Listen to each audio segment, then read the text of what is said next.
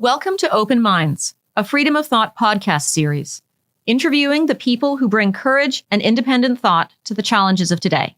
All right. Hi there. I'm James Burnham, and I'm here with the Attorney General of Tennessee, Jonathan Skrmetti. How are you doing today? Doing great. Glad to be here. Awesome. So just to kick off with sort of a florid but I think accurate description, you were regarded as one of the most creative, impactful, big deal state attorneys general in the country. You filed many civil actions. Don't interrupt me. Let me finish the florid stuff, and then we'll let you answer some questions, including a big case against BlackRock. You've defended some civil actions. You have your own Supreme Court case, captioned Skrmetti, about Tennessee's prohibition on gender surgery for children. And we're going to discuss a lot of this stuff. But first, I just wanted to ask you a few basic personal questions, Absolutely. if that's okay with you.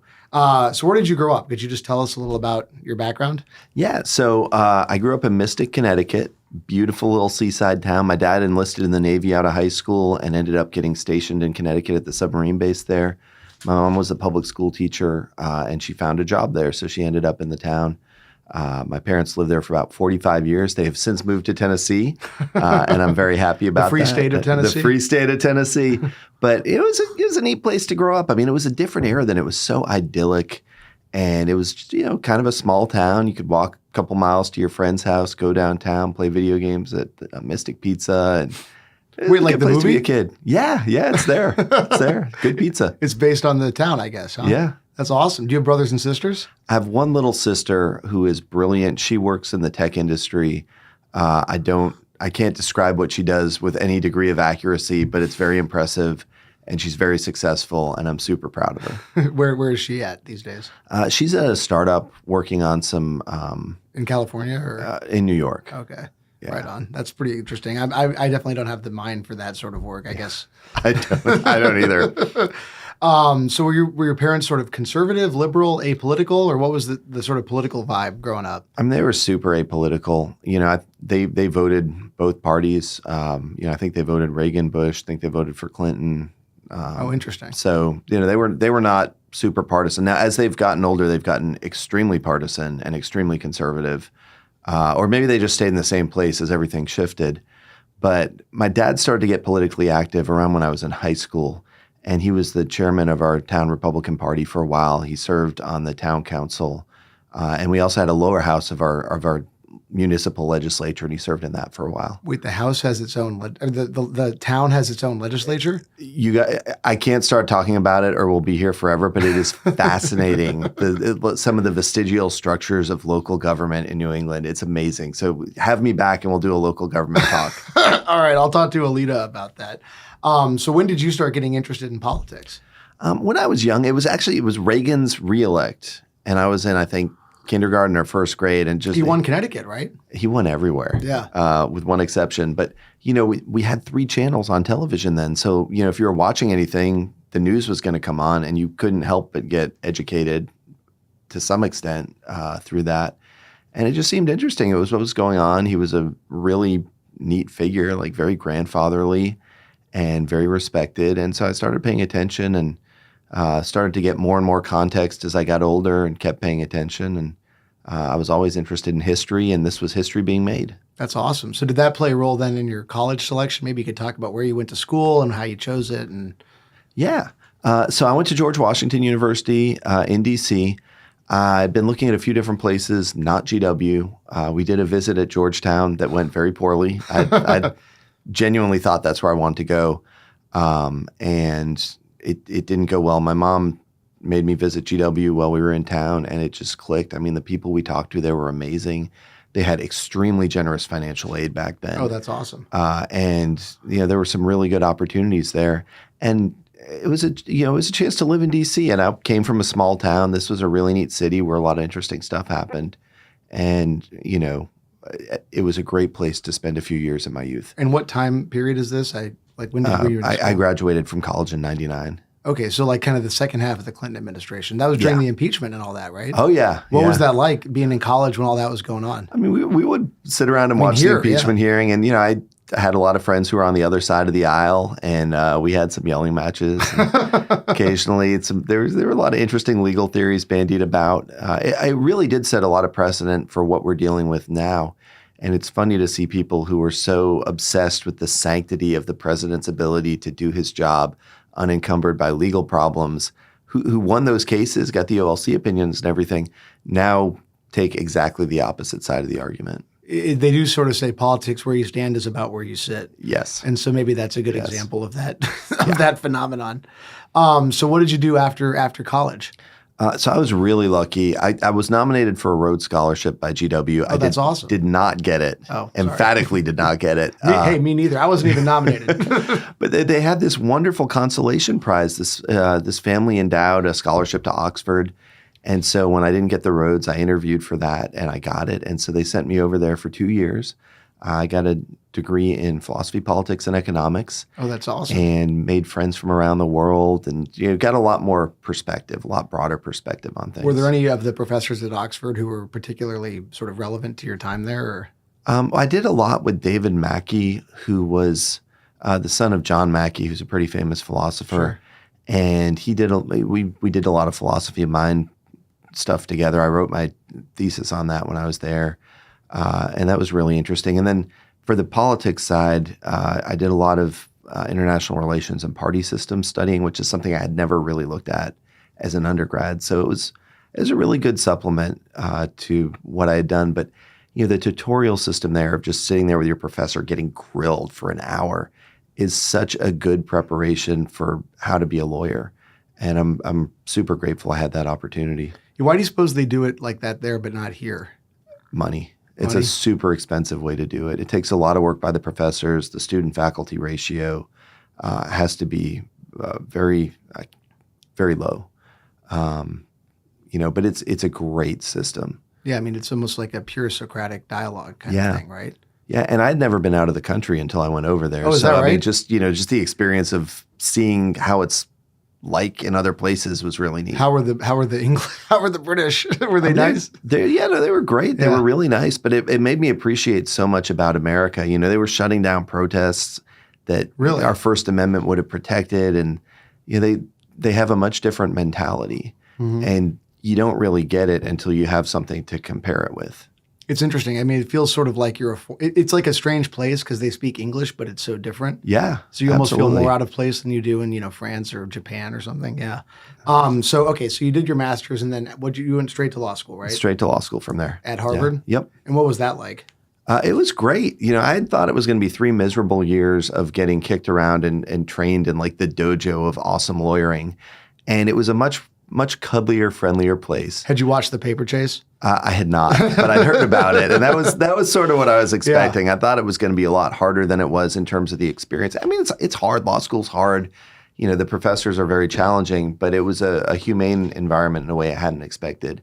And there's, Harvard's obviously a very liberal campus, but there was a pretty substantial conservative core there through the Federalist Society and some of the adjacent organizations.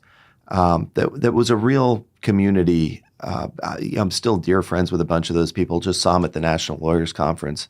And, you bond together when you're sort of the outliers in a place where you clearly don't fit in. So I actually have a couple of follow-ups on that. One is just, do you think the Oxford experience sort of prepared you? You sort of alluded to this, but do you think that was helpful in getting you ready for law school? Yeah, I mean, you get used to being challenged, right? When you're an undergraduate, a lot of it's lecture, and you don't have your professor just shredding your arguments to your face, and that's a different experience, and you get used to that. And also just getting a little more perspective, a little more maturity. I'm a big believer in not going directly to law school from your undergrad unless you don't have an alternative. Mm-hmm. Because of that ability to get some experience. Yeah, you get a few years to get some perspective, and it makes you a better law student. That makes sense. And then how did it sort of affect, or did it affect your politics at all to be in that minority on the law school campus? It radicalized me. Say more about that. I was a nominal Republican, but hadn't really thought that much about ideological issues. When I was in Oxford, I knew I was very conservative relative to sort of the European mean, but I had never really thought in terms of being a devout ideologue. And at Harvard, I was exposed to just crazy ideas from the left, stuff that we're still dealing with now, right? Like there was some of the some of the origination of some of the gender identity ideology. Critical race and critical gender theory, critical right? race theory was all over the place. And, I didn't like it. I thought it was wrong. I thought it was a distortion of the truth in a way that served a political end at the expense of the truth-seeking function of the university. And I did not like that. How does it make you feel that those trends have, if anything, accelerated immensely since then? Well, it makes me really grateful that I was exposed to these things early so that when I was in a position to do something about it, I knew the right side of the argument to be on. And so you were saying one of your classmates is now the Solicitor General nominee, John Sauer? Yeah. Tell me about that. He's brilliant. He went on to clerk for, I think, Judge Ludig and then Justice Scalia. He was always one of the smartest people around. Super good guy. So he was a Rhodes Scholar, but he lied about it. And when people asked what he did between college and law school, he told them he was a mailman. Really? He didn't want to be bragging about what he had done. What a sweet guy. He is an incredibly sweet guy, super sharp attorney, brave, creative, brilliant. He's actually been outside counsel to Tennessee off and on for 20 years now. Is that right? Yeah. So we'll hate to see him go. I was going to say, are you sorry to lose him? He's a good lawyer. Yeah. Well, he's got he has a more important, well, not more important, but a different. No, I think it's fair to say more important. He's going to be exceptional, though. I'm really excited to see what he does. That's great. And so then what did you do after you graduated? So I clerked for Judge Colleton for a year on the 8th Circuit. He's in Des Moines, Iowa. Very sharp. I think he got on the bench when he was 39 or 40. He had clerked for Chief Justice Rehnquist and was an extraordinarily analytical judge. I mean, he would read the appendix very carefully to every brief in front of him. He was very sophisticated. He didn't believe in bench memos, so it was a very Socratic experience. I regret that I was not as good a clerk as I should have been, given the occasionally withering cross-examinations that would come as he worked through the cases in his mind. But seeing him work was terrific. I mean, he really modeled how to be a rigorous, thoughtful, thorough legal thinker. Was he still pretty young when you were there? That would have been relatively quickly, right? Yeah, so I was the first full year. He had a partial year, and so then he was I was like the first 39 full or 40? clerks. Yeah. What was that like clerking for? I mean, that's the age I am now. It's kind of hard to imagine being a judge with law clerks. He is so smart. It was very intimidating. He must have been so into it too. He would pop into the office and just start, asking questions about cases, and it was very challenging, but it was great, right? Like you don't grow when you're coddled. Of course, yeah. You grow through the adversity. So I'm extremely grateful for that opportunity. That's awesome. And so then what did you do after you were done with Judge Colleton? So I had interned at the Department of Justice when I was in law school, and I went back through the honors program. So I was in the civil rights criminal section. Oh my goodness. So that was jurisdiction over human trafficking. And just to orient me, this is the Bush administration or the Obama administration? Started in the Bush administration. Okay, got it. Go ahead. So it was, our docket was human trafficking, police misconduct, and hate crimes. So incredible stuff to do. I started out doing a 6-month detail to the D.C. Superior Court part of the U.S. Attorney's Office. Awesome. Doing domestic violence misdemeanors. And it was amazing. I mean, the cases were heartbreaking. There was a lot of failure there because victims didn't want to testify. But it was a great way to just kind of jump in, learn how to get yelled at by judges, learn how to put a case on. And those public defenders are tough too, right? PDS is notoriously. It was an intense experience. Yeah, that's great. So you probably got a lot of stand-up time in that first 6 months. Yeah. Would you recommend something? I mean, we'll talk more about what to recommend to younger people. It was absolutely formative to my experience as a lawyer. If you're not afraid to go to court, that puts you above a large percentage of the profession. And, there's no way to do it but to do it. So I'm so glad I had the chance to get in there. So how long were you at Civil Rights? It was about 5.5 years. Because you just kind of walked through some of your experiences there. Was it always in the criminal part of? Always in the criminal part. So the first federal case I was put on when I came off my detail was in Memphis, Tennessee. And it was some Memphis police officers who were pulling over drug dealers, which they're supposed to do, seizing the drugs, which they're supposed to do, and then reselling the drugs with their buddies in some local gangs, which they're not supposed to do. No, that's prohibited. It was basically training day, and this was my first federal case. So, wow, we were working through. There was years of this conduct, and it was a fairly broad conspiracy. I had this amazing mentor, an older civil rights prosecutor in Memphis who used to be a cop. went to law school at night school, and he was still to this day the best trial lawyer I've ever seen in action. Wow. And so he took me under wing, and we worked through that case, flipped a bunch of people, ended up doing a great trial. And while I was working that, the first human trafficking case in Tennessee was discovered, and ICE and the Memphis police brought us the case. And since I was already there, they said, well, why don't you stick around and help with this one? Oh, wow. And that went on for a while, and it was this horrifying case involving some Mexican girls that had been lured up here. And I prosecuted that. And while I was working on that, there was a mosque burning in Columbia, Tennessee. And they said, well, that's not far from Memphis. Why don't you diversify geographically a little bit? So I went out and worked that, got to know the ATF and the local FBI agents through that. And then there was an assassination conspiracy when Barack Obama was about to be inaugurated. And so I worked that case.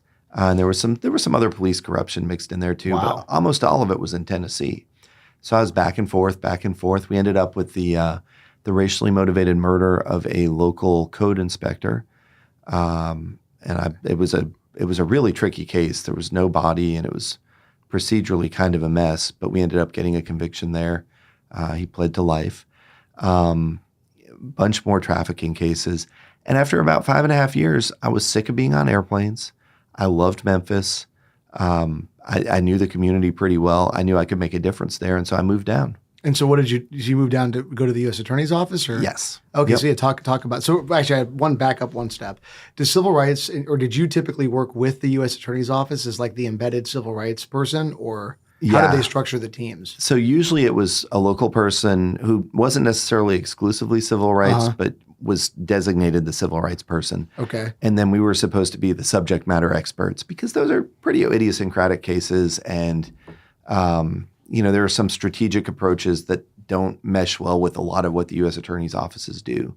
But of course, my mentor had done way more of these cases than I ever had. So I was not so much the subject matter expert as the capable second chair who was learning as much as he could. Okay.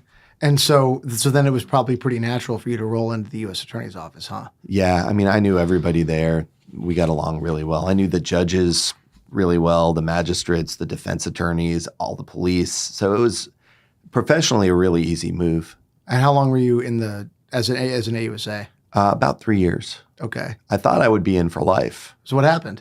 I got married, and That'll do it. we started having children. Children are very expensive. And children are expensive, and I had promised my wife she could stay at home when we started having kids because that's really important to her. And we looked really hard at the math, and it didn't make sense. So I went to private practice for a while. How many kids do you guys have? We're up to 4 now. Oh, wow. That's awesome. What's the age range? 10, 8, 5, and 3. Oh, my gosh. She must be very busy. She is a saint and a genius. We're homeschooling, so she's very, very busy. Do you ever guest lecture? I do occasionally. I need 2 more. Yeah. It's probably tough with the current job, but Yeah, I mean, once they get old enough to start doing some deeper civic stuff, they're gonna wish I wasn't. I'm gonna inflict the Federalist Papers on them. It'll be great. So how long were you in private practice, and what were you doing then? So I was in for 5 years. I had an amazing docket at DOJ, like the coolest cases, but they don't translate well into marketability in private practice. So it was a little tricky. I had taught cyber law for fun, and so I was doing some data privacy work in practice. And I started doing some complex civil litigation work, which was really neat because I hadn't done any civil litigation, and a lot of government investigations.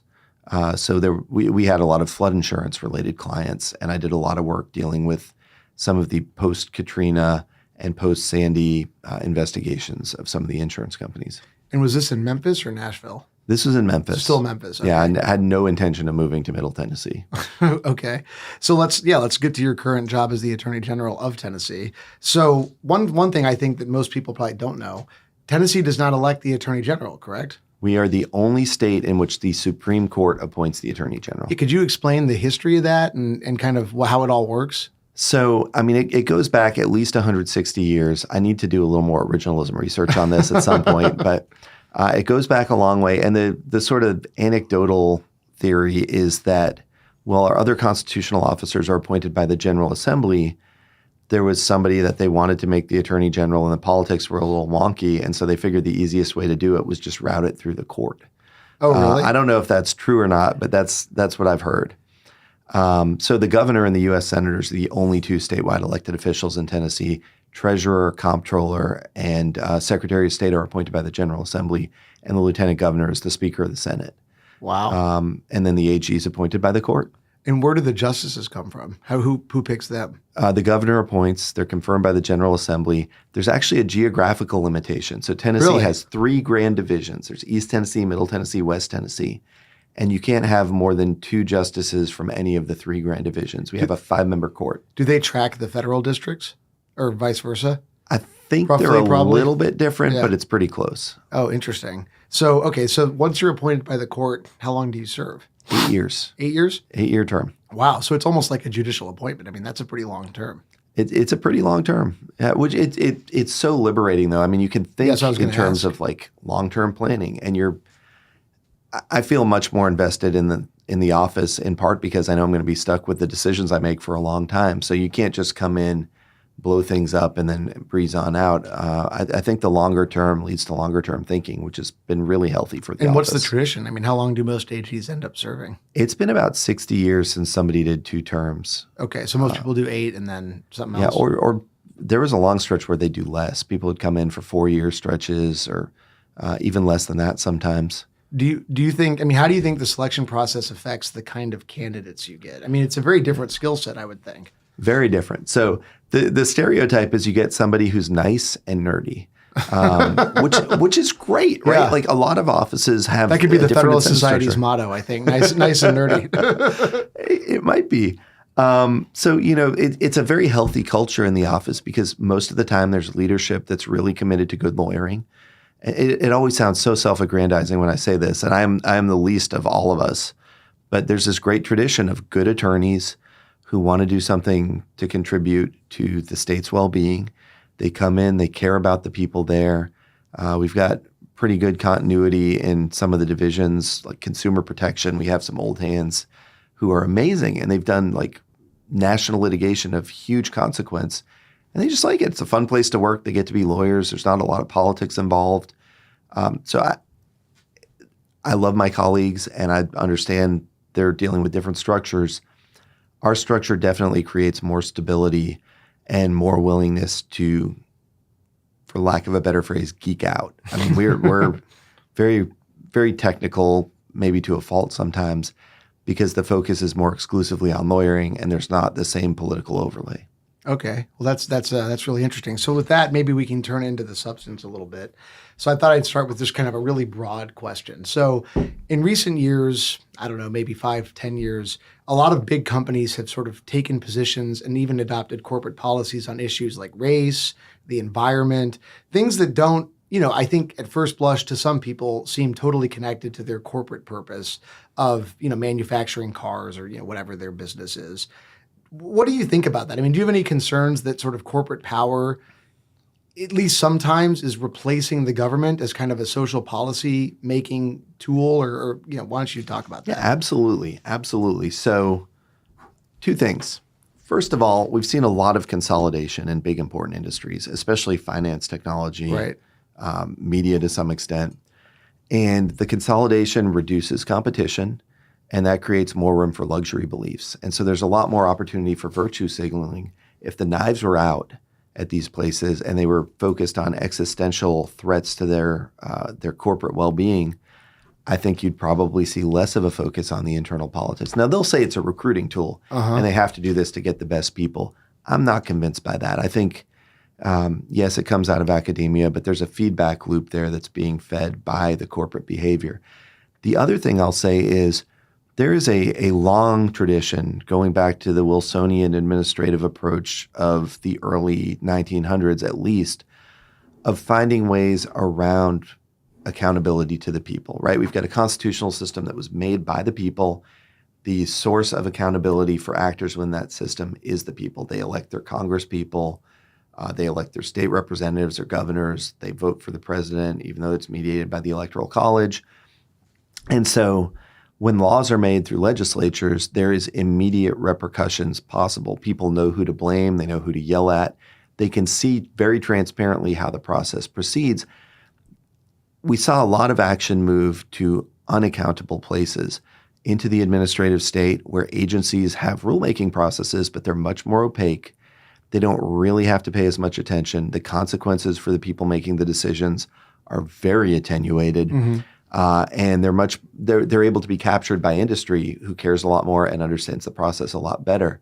And it takes you away from the popular accountability, so you don't have to worry what the people think in the same way that you do through our democratic institutions.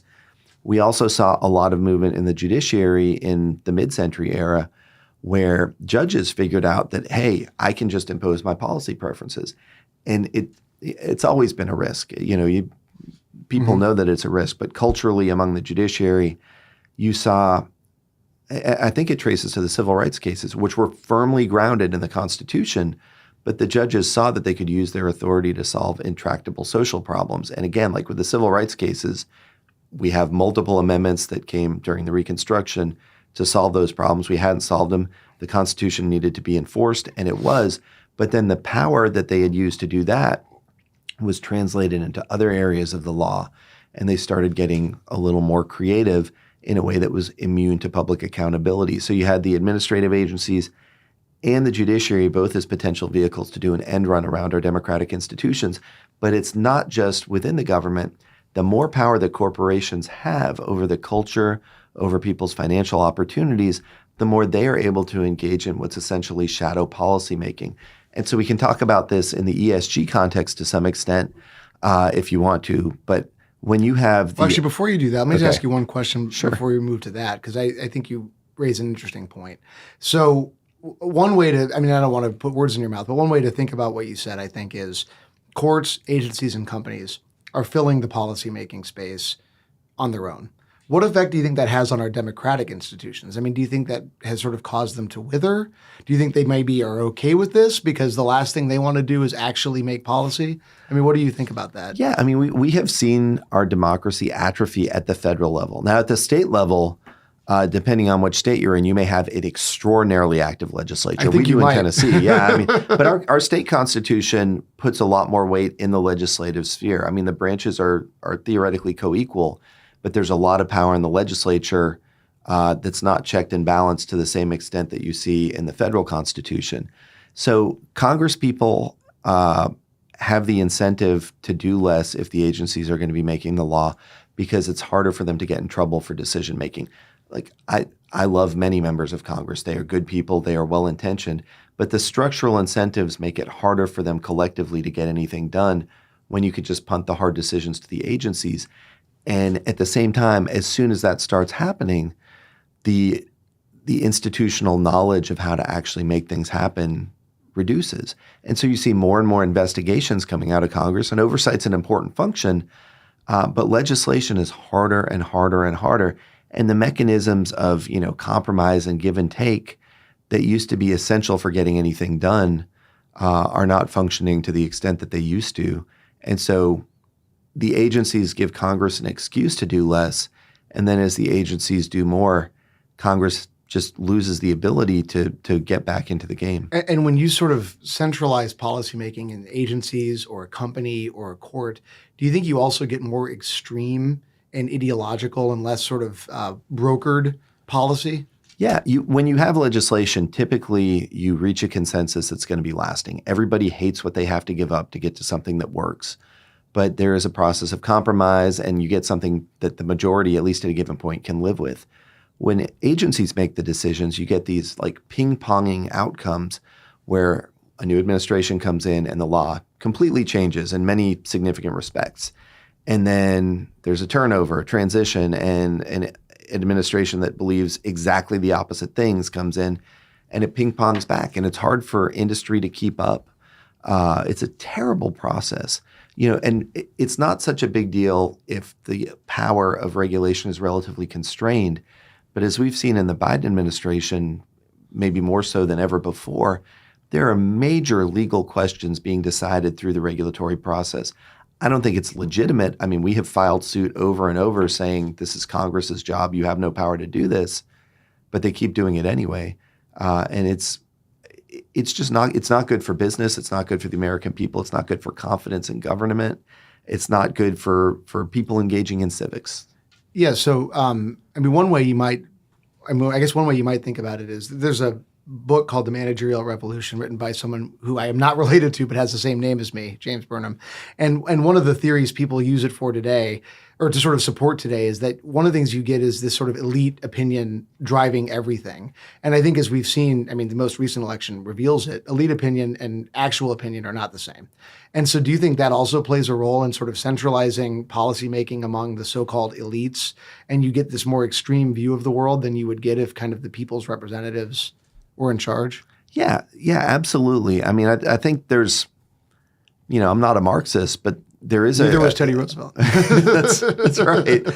There is this class distinction, right, where you've got the professional managerial class, and the allegiances of that class are rooted in their educational background and in their national and international relationships. I say this as somebody who went to Oxford and Sure. Harvard, right? Like I've seen this firsthand, that there's a very comfortable world out there that's pretty divorced from the interests of everyday Americans. And I don't think it's ill-intentioned for the most part, but it sort of happens as a result of the different experiences people have, the different structures that they work through. And there's an inherent arrogance in thinking, well, I have the power, so I'm going to make the world a better place. But when you impose that on other people in ways that they can't participate, it alienates most people from the functions of government. I mean, we have government of the people, by the people, for the people, because that checks the worst impulses of government power, and because it ensures the ongoing legitimacy of our system. And when you refocus power into a smaller set of hands, it's more efficient. It lets the people who think they know the answers to all the problems execute those answers in ways that the messier process of democracy can't. But it creates division that ultimately destabilizes the entire system. Yeah, so that actually anticipates what my next question was going to be. Do you think part of why our politics is so unpleasant, maybe is the right word today, is because too much power is centralized in too few hands? I think that's part of it. I mean, I think social media is a huge piece of it too. Yeah. But no, I think the fact that people feel so helpless makes them angry. And when you can vote for a member of Congress who can't really change laws but can yell at the people who are doing the things that you don't like, you're going to get a lot of yelling at people who do the things you don't like. And that further reinforces Congress's role as a spectator rather than as the font of law as the people's representatives. And so it's this vicious cycle at this point. Okay, so let me talk to you, if you're okay with it. Let's move to antitrust, which is an area I know you're interested in. It's the exact same problem we've been talking about. Well, that's kind of why I thought that'd be a good segue. So I went to the University of Chicago. I took antitrust law from Richard Epstein, Bork on the bedside table, the whole thing. And that is, I think, basically still how I see the world, is sort of in a law and economics way. At the same time, I think a lot of the problems you've identified are just ones that we were not really grappling with in the 70s and the 80s. And so I guess I'll start with just a really broad question, which is sort of, how do you see antitrust today, and kind of what do you think the trend is going to be in the next few years? I mean, to start, the trend is up. There's a bipartisan consensus brewing that sees antitrust as an important antidote to the consolidation of industry that we've seen. And we've seen political distortions that come from that concentration of power. And it's a problem. We don't like the administrative state having too much power because there's no check on it. In a democracy, the people vote, and they serve as the check on elected officials doing anything crazy. When it's bureaucrats who are generally opaque and not accountable to the people, you lose that check. There's no adversarial process, really. It's somebody gets elected president. That's where the adversarial process is. And then their people get in and go nuts and push as far as they possibly can in their direction, knowing that the pendulum's going to swing wildly back in the other direction. With antitrust, you have a situation where the market typically disciplines the behavior of the big firms, right? Like if somebody's doing something, if a product's not up to snuff, if a company is engaged in behavior that people really don't like, they can always go somewhere else. But when you have a monopoly, or when you have very limited competition, collusion between a small number of industry participants, then people lose that ability, and they can't vote with their pocketbook. They can't vote with their feet. They're stuck either using the product or not using the product at all, as opposed to having a competitor they can turn to. And so it's the same lack of accountability to the people that we see in administrative law, just translated to the corporate architecture. So how should we think about that though? So like let's take I'll just use a hypothetical example because I don't want to force you to opine on specific companies. But like let's say there's a company that makes glasses, and it's the only company that makes glasses, but the glasses are really cheap. They're high quality glasses. They're really well made. They're 50 cents a piece. At the same time, it's the only company and they have a bunch of moats and they keep everybody else out of the glass making business. And they use that corporate power to impose all kinds of weird rules. I mean, I don't know how the glass company would do it, but just go with me. Racial discriminatory rules, ESG, all sorts of things that have nothing to do with making glasses. Is that an antitrust problem, or how should we think about that?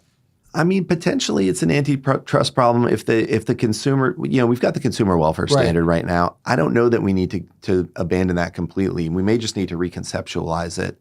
I know that that's a horrible milquetoast way, but we're still in a pretty early phase. No, of we're thinking working it this through. stuff through. Yeah. But I won't hold you to it. If consumers are harmed by like the ideological activity of the monopolist, maybe you can make out an argument there. It's sort of a rent in a sense. Potentially, but we have much lower hanging fruit than that we need to deal with now. And a lot of the stuff we're looking at involves interlocking like use of control over one piece of the market to limit competition or hurt consumers through cranking up prices elsewhere. So, for instance, if the glass company said, you can only fill our glass with apple juice that we produce, then it's a much easier pitch Standard to say, monopolization case. Yeah, the consumers are being harmed here. Or if they demand a cut of everybody who's filling the glass up, maybe there's a case or to be made they acquire there. all the upstart glass makers. Yeah.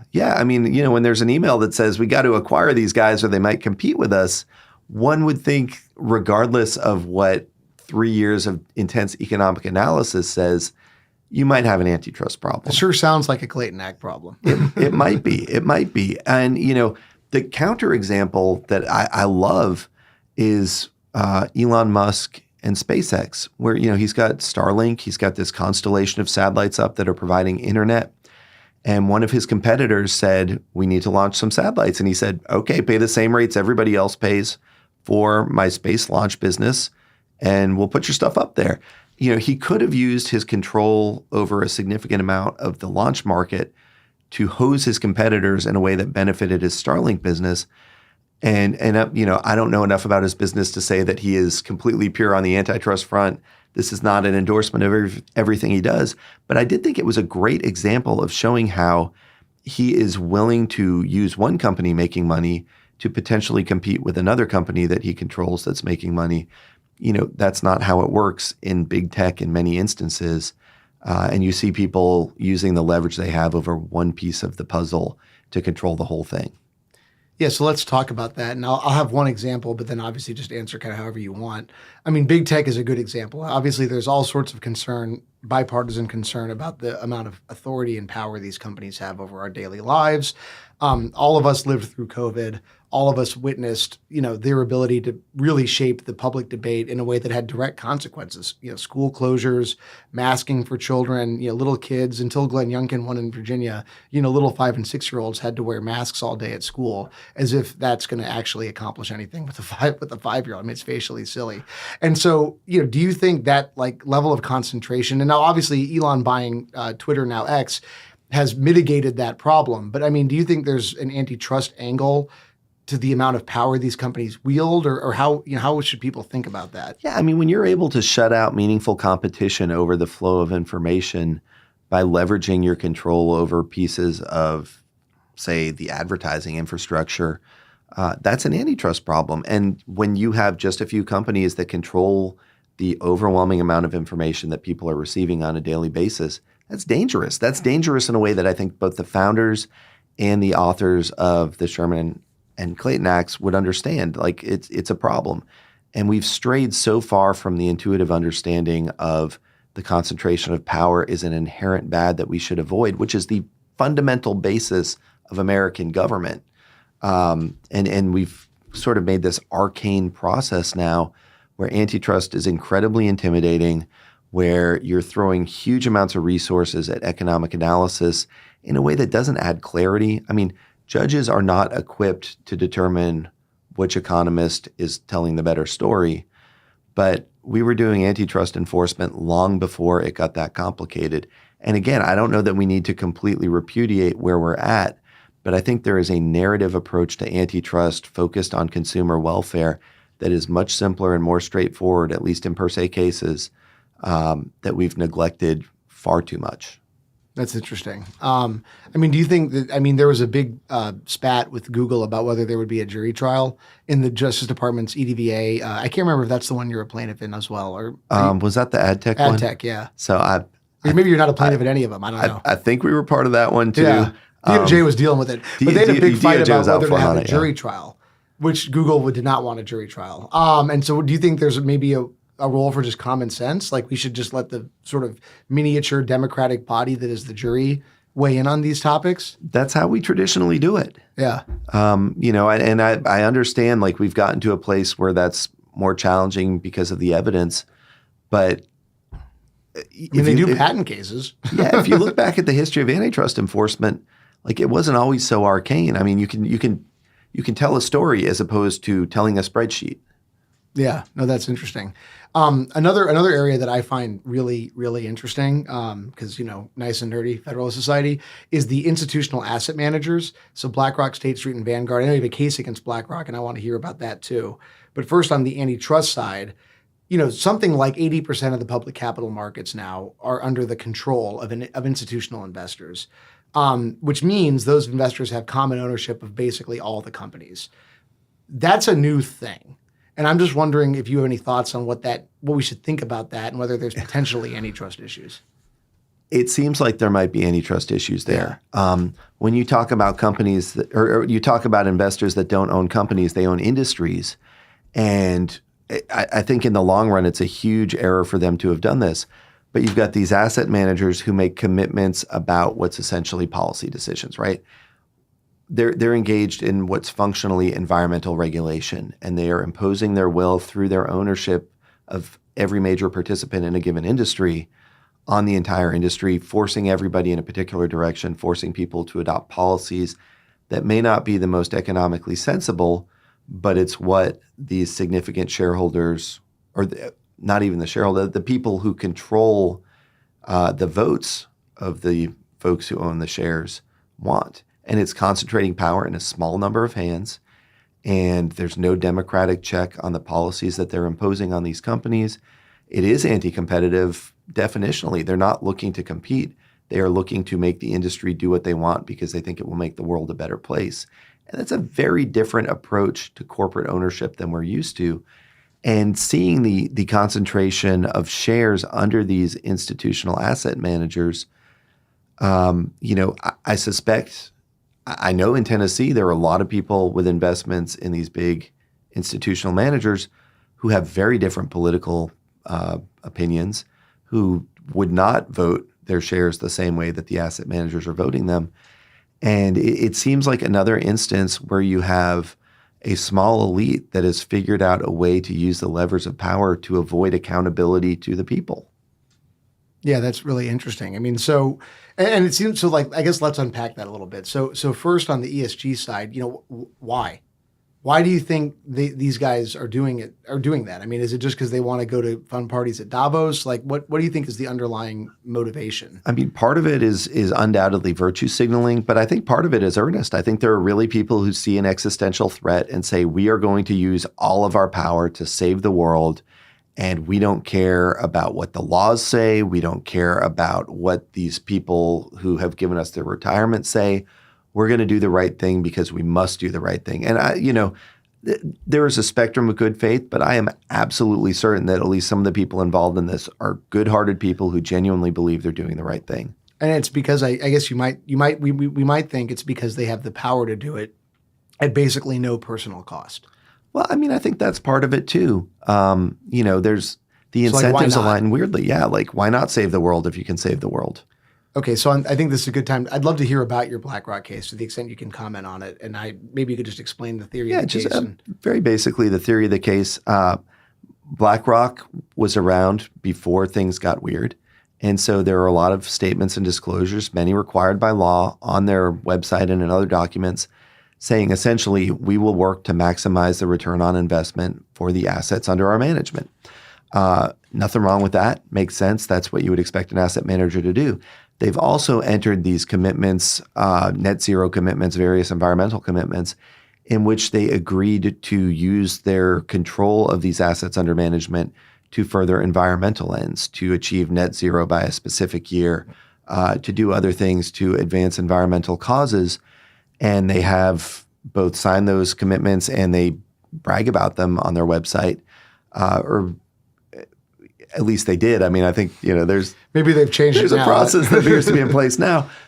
And our theory, it's a very simple case. Our theory is you can't do both. If you're going to maximize the return on every asset under management, then you can't be using them to advance environmental causes, because there might be some overlap where you could reasonably say that by adopting a more eco-friendly policy, the company is going to make more money in the long run.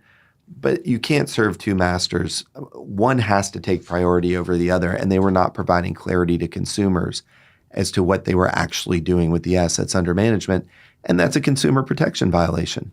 That's interesting. And what's going on in the case, to the extent you could say?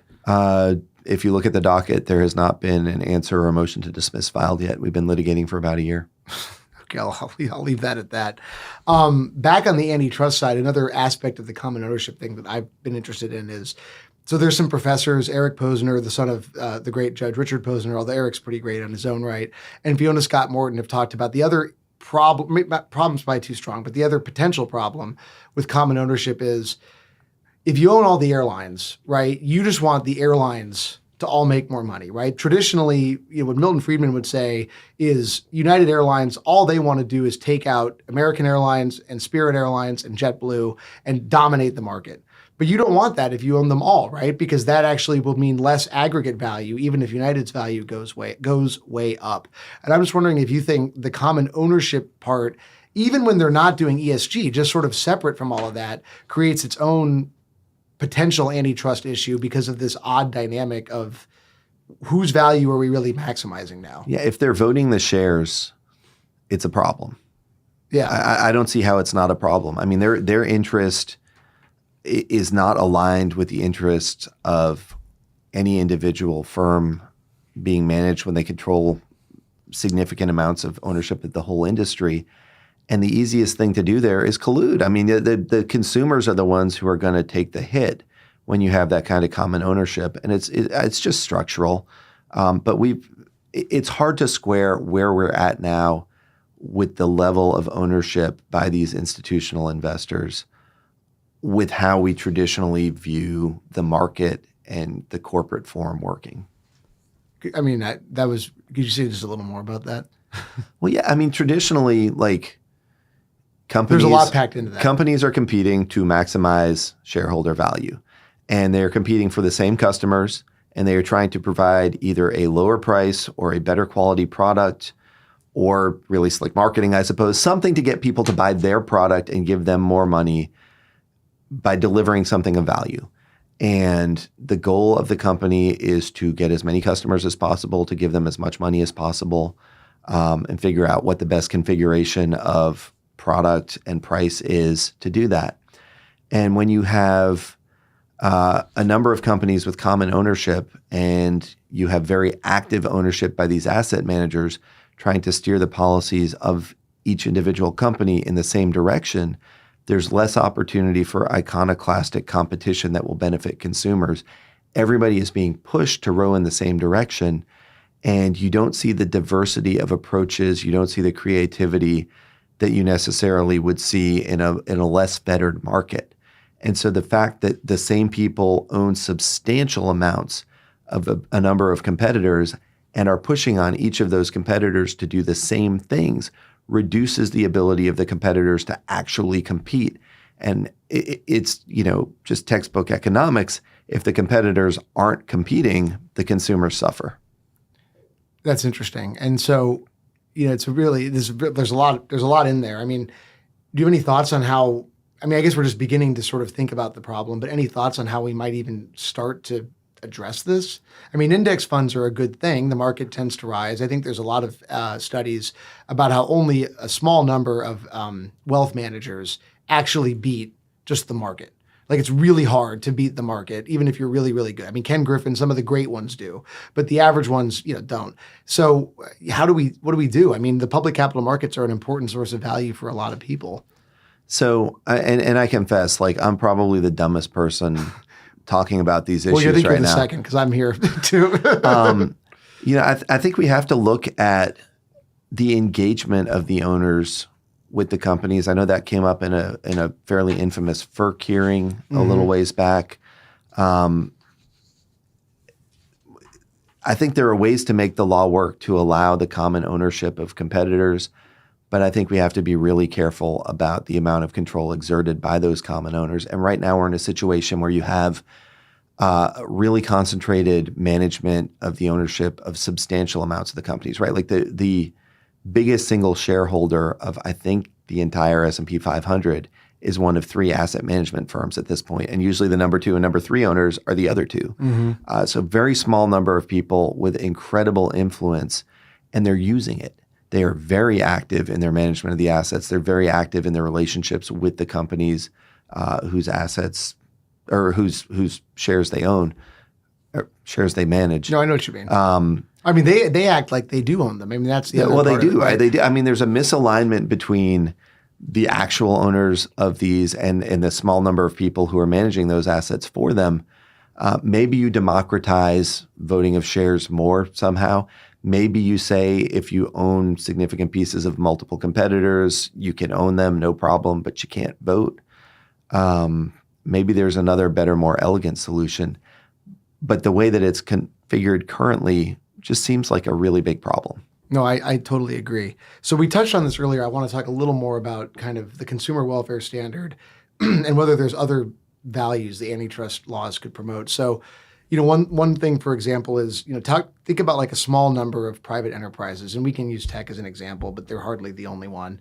There are many examples that all have similar hiring policies. Let's say, they all join the Diversity Alliance, and they all agree that 10% of our executives will be minority hires, however they want to define minorities.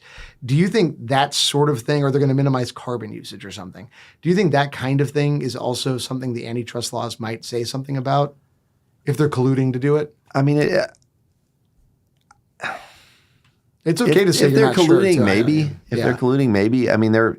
Or maybe that's the more issue with tech is you've got a really thin monoculture on the West Coast that is deeply involved in these companies that are pervasively influential over everybody's lives, right? So like these are companies that are not of middle America.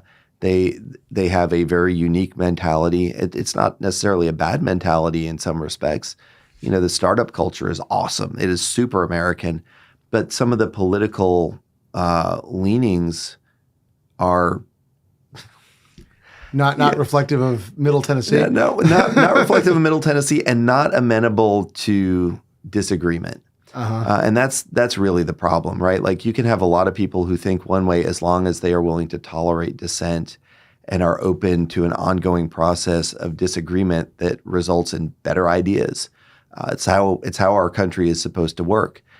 It's not really how California has worked for a while. And so you've got this kind of cancel culture, very totalitarian in some respects. And when you have a small number of people who, because of their market power, can inflict that on everybody, it's not great. So let me, I guess, play the devil's advocate on that. So I totally agree with all of that. But, this time now, look, Elon did purchase Twitter, now X. There's a lot of sort of tech rebels who came out to support Trump in the last election that he won. You've now got the DOGE, the Department on Governmental Efficiency, run by a couple of very successful tech entrepreneurs. I think Ramaswamy was tech. It doesn't matter, but very successful entrepreneurs. Is this in some sense sort of nature healing itself? Is the market sort of showing us that maybe it's actually still a pretty dynamic organism, or what do you think about all that? To some extent, yes, but there are still bottlenecks where you don't have that kind of liberating engagement by people who think differently. And I don't want to get into too much detail about that, A, because some of it's being litigated, B, because I'll butcher the description. But, you see places where the market works faster, other places where the market has yet to fully work or where it hasn't worked at all, where there's a real monopoly and it's causing problems for consumers. So over time, everything will be forced to compete, right? Like there will be some sort of innovation, but that doesn't mean that it's okay to stifle that innovation and to limit competition because we all lose out as a result. So even if you can say confidently, oh, the phone monopoly will only last for 90 years and then we will have 1,000 tech That's a flowers long 90 blooming. years. It's a long 90 years. There's a huge amount of human potential lost as a result of the stifled competition and of markets that are dominated by a monopoly. And so, at some point you say, sure, nature's healing itself, like the forces of competition will always prevail in the end. But what is our tolerance for the times when it's not working? I mean, you could say that at any point in a monopoly. Well, it's been going on for a while. Maybe it goes on a while longer. Can't go on forever. But it's still a problem that is going on at all. And certainly when you don't know that it's going to be fixed by natural forces for any foreseeable amount of time, like there's a reason we have antitrust laws. That's interesting. Okay, well, I just have a few much less heady wrap-up questions. So how long have you been Attorney General now? A little over 2 years. So you have 6 years left. 6 years to go this term. What are we thinking? What do we have in store for the next 6 years? Are we going to do it again? Attorney General for life? I would never presume to be Attorney General for life. If the court allows it. But I am pretty interested in staying Attorney General for a long time if that's feasible. It's a great job. I love my office. I love the people I work with. I love the stuff we're working on. It's really neat. I am so incredibly grateful for the opportunity. I think you're going to see a little bit more attention on. We've been very busy with the administrative litigation, right? Like the regulatory state gone too far. We're stopping it. We've got a bunch of injunctions. We've been whole hog in that. There will still be a lot of that litigation to do. A lot of amicus briefs to file, probably cases to bring, cases to intervene in. We'll have a little bit less of it. We will likely continue to be on the defense in a lot of really interesting constitutional cases. The Tennessee ACLU has been very busy. A number of other NGOs have been very busy. Our legislature's been very busy, keeping them busy. It's a full employment process. It is a full employment process for lawyers, but it's how you get clarity about what the law is. It's great. Absolutely. It's how the process is supposed to work. Some of the corporate issues, antitrust cases are very resource intensive and hard to bring. Consumer cases can be resource intensive and hard to bring. We have a suit against Meta right now that is consuming a substantial amount of office resources. We're looking at the mental health impact of social media on kids. Mm-hmm. There's a lot of evidence. There's whistleblowers. So I've got a pretty sizable team working on that. Of course, they're outnumbered, 100 to 1 on the other side, but they are plucky and they have great arguments, great evidence. So we'll perhaps invest a little bit more in that lane. And then the antitrust issues that we talked about, I think are really important. There's a lot of thought about this. There's been some action at the federal and state level. I think there's some real disagreement between the right and the left on exactly what we should be doing and where the lines are drawn. But there's sort of a unified energy that we should be doing more. I think the way that we clarify that is by doing it, by going forward, by putting together cases, by bringing litigation. That's how we're going to articulate more clearly exactly where the new lines are drawn. I mean, what we have right now is this pervasive idea that there is a problem out there, that power has been concentrated in too few hands. We're still trying to figure out the solutions. We have a law that was made for just this reason. The enforcement of that law has been radically changed as a result of the case law. I don't know that we need to jettison where we're at. I think we need to adapt, and we need to look back at the original public understanding of the antitrust laws. Doesn't mean we need to do anything radical in terms of throwing out the existing case law. Maybe we do, maybe we don't. It's not my place to say. But we have a problem that the laws that were intended to check are not checking. And we need to creatively look at what we can do to ensure that the American people are not dominated by concentrated power, because that is truly what this country is all about. And whether it's in the private sector or the public sector, any institutionalized power needs to ultimately be accountable to the people. And if it's not, we need to make sure that we are using our laws or creating new laws to solve that problem. I think that's well said. So that's the last question. We're going to have a lot of young lawyers watching this. Obviously, there's a new administration coming in. You're going to be there for 6 more years. There's law firms. What should young lawyers in the sort of beginning of the dawn of their careers, what advice would you give them based on, your life, your experience, and what you see out there? So, I think antitrust is an expanding lane. And if you're a young lawyer who is interested in that, you should dive in. Don't be intimidated. It's scary stuff. It's very complicated. There's occasionally math involved, and many of us went to law school because we can't do math. But get in there because it will pay huge dividends over the course of your career. I would say get into court as much as you can early on. If you can credibly say, let's take it to trial, that gives you a huge leg up in any sort of litigation practice. And a lot of lawyers are not very keen on getting into court. It's high risk. It's scary. It's hard. It's contentious. If you're somebody who does not mind pushing it to that limit and getting in front of a jury, that's a huge boost for your career. So, go be a prosecutor, go be a criminal defense attorney, or get into civil litigation in a way that gets you into court, because it's not a dying art, but it's a much narrower population of attorneys that can do that, particularly those at the elite schools. And so if you're somebody who can go into court with confidence, you are a much better lawyer and you have many more opportunities. For people that don't want to be prosecutors for whatever reason, are there opportunities to do that kind of thing at the states? Do you Absolutely. Do your people get in court and do the kinds of things you're talking about? Yeah. We have lots of civil litigation. Now, sometimes it's, a lot of people come out of law school wanting to work on the huge constitutional cases or dive right into the big tech cases. And some of them get to do that, but a lot have opportunities to develop their skills and then move more and more into that. And there's no shame at all in having a legal apprenticeship. You go in, you might be working constitutional claims against corrections officers. You might be working on torts against the state. But the kinds of cases that move fast and go to trial, right? Yeah, you get into court, you work hard, you act humbly, you show that you can learn, you get better. And as you get better, more and more doors will open up. And, there are a lot of great NGO options, too, to get you into court. Any favorites of yours?